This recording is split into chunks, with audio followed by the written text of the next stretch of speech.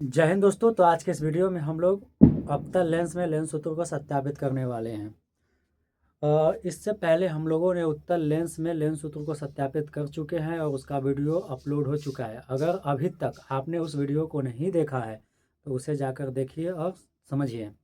हम लोगों ने उसे अच्छे तरह से समझा था। तो चलिए बिना किसी देरी के हम लोग अपने टॉपिक पे आते हैं। तो आज का हम लोगों का टॉपिक है कि लेंस सूत्रों को सत्यापित करना है। और किस लेंस में? तो अवतल लेंस में। तो आज का हमारा टॉपिक होगा कि लेंस सूत्रों को अवतल लेंस में सिद्ध करेंगे। ठीक है। और अवतल लेंस में सिद्ध करने के लिए सबसे पहले मुझे क्या चाहिए कि एक अवतल लेंस चाहिए और साथ में और एक बीम चाहिए। और उस बीम को प्रकाशीय केंद्र और अनंत के बीच में रखकर उसका एक स्वच्छ किरण आरेख खींच लेंगे। ठीक है। तो हम लोगों ने क्या किया कि सबसे पहले क्या किया, एक अवतल लेंस ले लिया और क्या किया कि प्रकाशीय केंद्र और अनंत के बीच में एक बीम ले लिया जिसका नाम ए भी है, उसको रखा और उसका किरण आरेख खींचा। तो उसका किरण आरेख कुछ इस प्रकार से आता है कि एक अवतल लेंस में आपका बीम देख रहा है ए भी, और इसका किरण आरेख जब आप खींचिएगा तो ए डैश बी डैश इसका क्या होगा, इसका प्रतिबिंब बनता है कहाँ पे, ओ और F2 के बीच में बनता है। तो ये आपका कुछ इस तरह का इसका किरण आरेख होगा। और ये जो किरण आरेख इसमें जो दिख रहा है, इसी चीज़ को हम लोग क्या करेंगे, इसको भाषा में यहाँ पे लिख देंगे। ठीक है। तो हमने जो लिया उसको यहाँ पे लिख लेंगे। तो सबसे पहले क्या लिखेंगे कि मान लिया कि एम ओ एम डैश एक अवतल लेंस है। कौन सा लेंस है? अवतल लेंस है। जिसके प्रधान अक्ष पर अनंत एवं प्रकाशीय केंद्र, अनंत अनंत और प्रकाशीय केंद्र, आप ये भी लिख सकते हैं कि अनंत और F2 के बीच में दोनों चलेगा। तो क्या होगा कि अनंत एवं प्रकाशीय केंद्र के बीच में ए भी क्या है, एक बिंब है। ठीक है। और जिसका सीधा काल्पनिक एवं छोटा प्रतिबिंब देख रहे हैं, इस बिंब का सीधा छोटा और काल्पनिक प्रतिबिंब कहाँ बन रहा है, सीधा काल्पनिक एवं छोटा प्रतिबिंब ए डैश बी डैश प्रकाशीय केंद्र एवं मुख्य फोकस, प्रकाशीय केंद्र एवं मुख्य फोकस के बीच में बनता है। तो जो बातें हो रहा था ना उस किरण आरेख में, मैंने ठीक वही बात यहाँ पे लिख दिया। क्लियर है? यहाँ तक क्लियर है? अब क्या करेंगे, जब यहाँ तक क्लियर हो जाएगा तब हम करेंगे कि अब इसमें आपको देखना क्या है कि किरण आरेख में दो त्रिभुज दिख रहा है।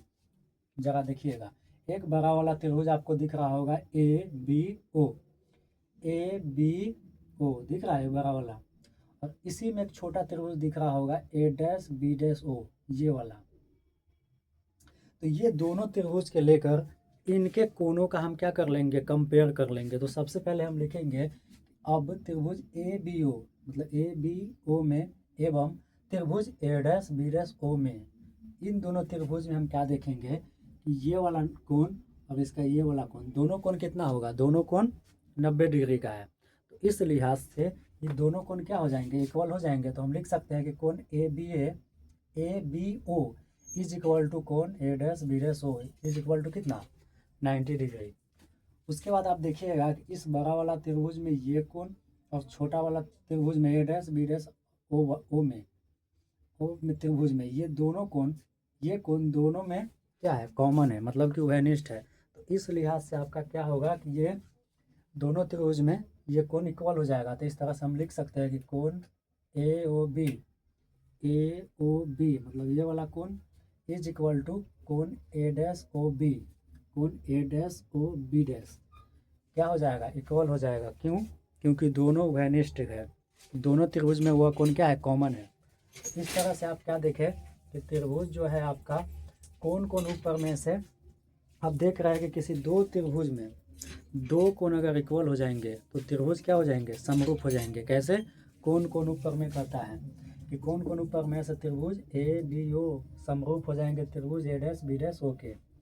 जब दो त्रिभुज समरूप हो जाएंगे, समरूप करने का अर्थ हो गया कि जैसे हम हैं और मेरा ही फोटोकॉपी हो जाएगा, लंबा या छोटा जो भी, तो उसी को बोलेंगे समरूप। ठीक है। तो जब जो त्रिभुज समरूप हो जाएंगे तो उनके कहता है कि भुजाओं का अनुपात समान होंगे। जैसे कि मेरा राइट हैंड, मेरा जो फोटो कॉपी है उसका राइट हैंड का अनुपात, मेरे लेफ्ट हैंड उसके लेफ्ट हैंड का अनुपात क्या होंगे, आपस में इक्वल होंगे। तो इस तरह हम लिख सकते हैं कि जब दोनों त्रिभुज, ये बड़ा वाला त्रिभुज और ये छोटा वाला त्रिभुज, दोनों समरूप हो गए तो हम लिख सकते हैं कि उनके भुजाओं का अनुपात क्या होंगे, सेम। इस बड़ा वाला त्रिभुज का लंब और इस छोटा वाला त्रिभुज का लंब का अनुपात क्या हो जाएगा, ए बी बटा में A dash B dash is equal to इसका आधार बड़ा वाला का क्या होगा बी ओ और इसका आधार हो जाएगा बी डैश ओ, तो बी ओ बटा में बी डैश ओ क्या हो जाएंगे इज इक्वल टू हो जाएंगे।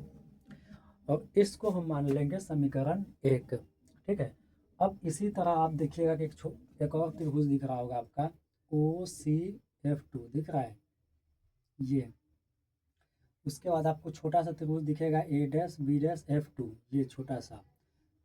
इस त्रिभुज में भी आप देखिएगा ये कोण 90 और ये कोण क्या होगा 90, और ये कोण दोनों में क्या है कॉमन है, तो फिर ये भी त्रिभुज जो हो जाएगा क्या हो जाएगा समरूप हो जाएंगे। तो इसी तरह हम इसको लिख सकते हैं कि त्रिभुज O C F two O C F two मतलब ये समरूप है त्रिभुज A dash B dash F two के। अब जब ये दोनों त्रिभुज भी क्या हो गए समरूप हो गए तो इनके भुजाओं का अनुपात क्या हो जाएंगे सेम। तो इनका भुजा क्या हो जाएगा, तो इनका लंब और इनका लंब का अनुपात है, इनका लंब ओ सी बटा में A dash B dash is equal to इसका आधार, तो इसका आधार क्या हो जाएगा ओ एफ टू और इसका आधार हो जाएगा बी डैश इसका आधार हो जाएगा ओ एफ टू और इसका आधार हो जाएगा ये छोटा वाला का बी डैश एफ टू। तो इसको लिख सकते हैं ओ एफ टू बटा में बी डैश एफ टू, इस तरह आप लिख सकते हैं। अब क्या देखिएगा थोड़ा सा आप गौर कीजिएगा कि ओ सी जो है ये ओ सी का जितना हाइट होगा उतना ही कितना ए बी का हाइट है। इस तरह ओ सी को आप ए बी से रिप्लेस कर सकते हैं। तो ओ सी के जगह पे ए बी, बाकी सबको सेम लिख दिए और यहाँ पे इसको समीकरण क्या मान लिए 2। और इस ओ सी के जगह पे ए बी क्यों लिखे, क्योंकि O C is equal to A B, इसलिए ओ सी को ए बी से हम लोग क्या करते हैं रिप्लेस कर दिए। अब जब ओ सी आपका ए बी से रिप्लेस हो गया तो कुछ आपका समीकरण जो है कुछ इस तरह का बन जाएगा। हाँ रिप्लेस कर दिए तो आप ज़रा सा देखिएगा कि समीकरण 1 और समीकरण 2 में थोड़ा सा गौर फरमाइएगा तो आपको दिखेगा कि इसका LHS जो है इसका RHS का क्या है इक्वल है। सॉरी, इसका जो LHS है और इसका LHS है दोनों क्या है दोनों इक्वल है। तो इसी तरह जब इसका LHS इसका समीकरण 1 और समीकरण 2 का LHS इक्वल है और समीकरण 1 और समीकरण 2 का RHS भी क्या हो जाएगा इक्वल हो जाएगा। इस तरह से हम लोग समीकरण 1 और 2 से हम लिख सकते हैं कि बी ओ बटा में B dash O is equal to O F two बटा में बी डैश एफ टू। ठीक है, यहाँ तक आप लोगों को नो डाउट। अब क्या होता है कि यहाँ से हम लोग निर्देशांक चिन्ह प्रॉपर्टी अप्लाई करने वाले हैं। तो निर्देशांक चिन्ह प्रॉपर्टी क्या बोलता है कि जितना भी डिस्टेंस होता है वो कहाँ से मापे जाएंगे प्रकाशीय केंद्र से। जैसे कि ये आपका नस और लेंस का समझिए कि 0 माइल हो जाता है। जैसे कि आप शहर में आप देखिएगा कि 0 माइल होता है, वहीं से सारा डिस्टेंस मापा जाता है। तो यहीं से आपको सारा डिस्टेंस क्या करेंगे मापेंगे। तब इसको जब मापेंगे तो इसके लिए हम क्या करेंगे, तो पहले हम देख लेते हैं कि सारा डिस्टेंस लेंस से है या नहीं है। अगर नहीं है तो उसको क्या करेंगे उसको हम पहले प्रकाशीय केंद्र से उसको बनाएंगे। तो पहले आप देखिएगा बी ओ आपका लेंस से डिस्टेंस है तो यहाँ ठीक है। आप फिर देखिएगा बी डैश ओ ये भी आपका लेंस से डिस्टेंस है। अब आप देखिएगा ओ एफ टू मतलब ये भी आपका लेंस से है। अब यहाँ पे देखिएगा बी डैश एफ टू मतलब ये डिस्टेंस की बात कर रहा है, तो ये तो आपका लेंस नहीं है। तो इसके लिए हम क्या करेंगे, सबसे पहले इसको क्या करेंगे कि इस टोटल में से इतना को घटा लेंगे। इस टोटल मान लीजिए कि यहाँ पे है ओ एफ टू और आपको बोल रहा है यहाँ पे बी डैश, तो आपको बोल रहा है कि ये डिस्टेंस मुझे चाहिए। इस टोटल डिस्टेंस में से अगर हम यहाँ से यहाँ घटा लेंगे तो ये डिस्टेंस बचेगा बी डैश एफ टू। तो यही काम हम कर लेंगे यहाँ पे। तो यहाँ के बाद हम लोग क्या कर सकते हैं, बी डैश ओ को बी डैश ओ लिखेंगे, सॉरी बी ओ को बी ओ लिखेंगे और नीचे क्या है बी डैश ओ को बी डैश ओ लिखेंगे। ओ एफ टू को एफ टू लिखेंगे ओ एफ टू बटा में बी डैश एफ टू को क्या लिखेंगे ओ एफ टू, मतलब ओ एफ टू में से हम क्या घटा लेंगे बी डैश एफ ओ को घटा लेंगे, बी डैश ओ को घटा लेंगे तो आपका हो जाएगा बी एफ टू। क्लियर है, बी डैश एफ टू हो जाएगा। तो इस तरह से आप लोगों ने अब क्लियर हो गया। अब हम क्या करेंगे कि यहाँ पे निर्देशांक चिन्ह प्रॉपर्टी के अनुसार एक और बात जानते हैं कि इस O के बाएं साइड में जितना भी दूरी होगा वो क्या होता है नेगेटिव, और इसके दाएं साइड जो होता है वो क्या होता है पॉजिटिव। इसके दाएं साइड पॉजिटिव होगा और इसके बाएं साइड नेगेटिव होगा। इस मुख्य अक्ष के ऊपर पॉजिटिव और मुख्य अक्ष के नीचे पॉजिटिव। एक बार फिर से, इस प्रकाशीय केंद्र के बाएं साइड नेगेटिव और ये दाएं साइड क्या होगा पॉजिटिव होगा। तो इसको हम इस वैल्यू को यहाँ पे पुट कर लेंगे। तो बी ओ को जरा देखिएगा, बी ओ क्या है, तो बी ओ कुछ नहीं है, बिंब का दूरी है। मतलब कि यहाँ से यही तो बिंब है, और बिंब का दूरी कहाँ से, लेंस से बिंब का दूरी है। तो बिंब दूरी को हम किससे दर्शाते हैं, यू से। तो बी ओ के जगह पे हम यू लिख सकते हैं, और चूँकि इधर कहाँ पे है, लेंस से बाएं साइड में है, तो इसलिए हम इसको क्या लिखेंगे माइनस में।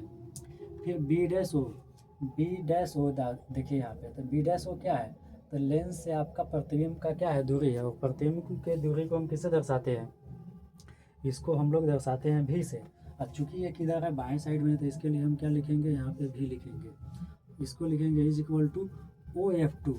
अब OF2 क्या है, तो लेंस से मुख्य फोकस का दूरी है, और लेंस से मुख्य फोकस के दूरी को बोलते हैं फोकस दूरी, और जिसको दर्शाते किससे है, F से।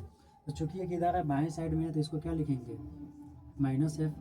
अब आप देखिएगा OF2 क्या है, तो F ही है, और किधर है चूँकि बाएं साइड है तो F लिखेंगे, माइनस यहाँ पे है तो माइनस देंगे। अब क्या है कि बी डैश ओ, तो बी डैश ओ क्या है, तो प्रतिबिंब दूरी है कहाँ से, लेंस से, और प्रतिबिंब दूरी को किससे दर्शाते हैं माइनस से। तो यहाँ पे लिखेंगे -V, ये माइनस ये वाला माइनस, और इसका बी डैश ओ चूँकि भी है और भी चूँकि इधर है तो इसके लिए माइनस लिखे। चूँकि दो साइन एक साथ आ गया तो इसको क्या करते हैं ब्रैकेट से अलग करते हैं। अब इसको क्या करेंगे फिर से -F बटा में -F प्लस भी, इसको क्रॉस मल्टीप्लाई कीजिएगा, माइनस में कीजिएगा तो प्लस, यू में एफ से कीजिएगा तो UF, माइनस प्लस से कीजिएगा तो माइनस, यू में भी से कीजिएगा तो UV is equal to minus से कीजिएगा तो प्लस, अब VF में कीजिएगा तो VF। क्लियर है, सबको एक साइड ले आएंगे, UF minus UV minus VF is equal to 0। Clear है। अब इसके बाद हम लोग क्या करेंगे,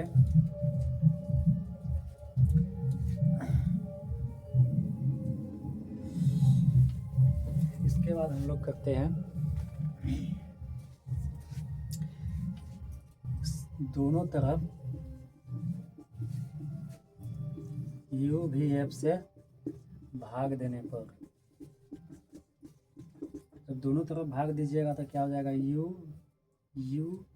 UF में भाग दे देंगे UVF माइनस UV में भाग दे देंगे UVF से, माइनस VF में भाग दीजिएगा UVF से, इज इक्वल टू 0 में भाग दीजिएगा UVF।